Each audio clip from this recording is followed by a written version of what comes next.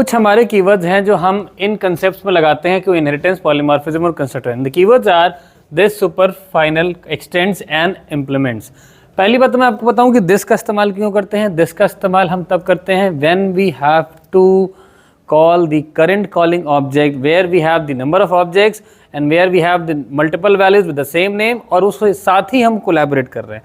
तो जहाँ पे हमारे ऐसा काम आएगा वहाँ पे we use this keyword which symbolizes the current calling object. Then we have the super keyword. Super keyword क्या होता है?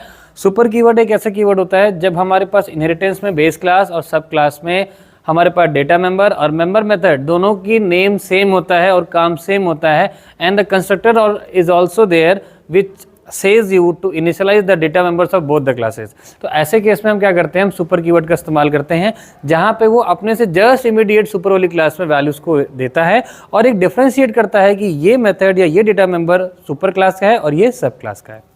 Then we come up with the final keyword. अगर कहीं भी किसी वेरिएबल के सामने फाइनल कीवर्ड लगा है, फॉर एग्जांपल अगर आपने ये लिख दिया final int a equals to 10, that means ये कीवर्ड a की जो वैल्यू है वो throughout the programming final हो गई है, ये अब चेंज नहीं होगी। ये कांस्टेंट बनाने के लिए कीवर्ड का इस्तेमाल करते हैं। Then we use extends and implements. Extends क्या करता है, दो क्लासेस को लिंक करता है इनहेरिटेंस के कंसेप्ट में। इम्प्लीमेंट्स क्या करता है, इंटरफेस की क्लास को लिंक करता है इनहेरिटेंस के साथ। So this was all about these words, keywords. हम इनके बारे में और डिटेल में जानेंगे when will go through this.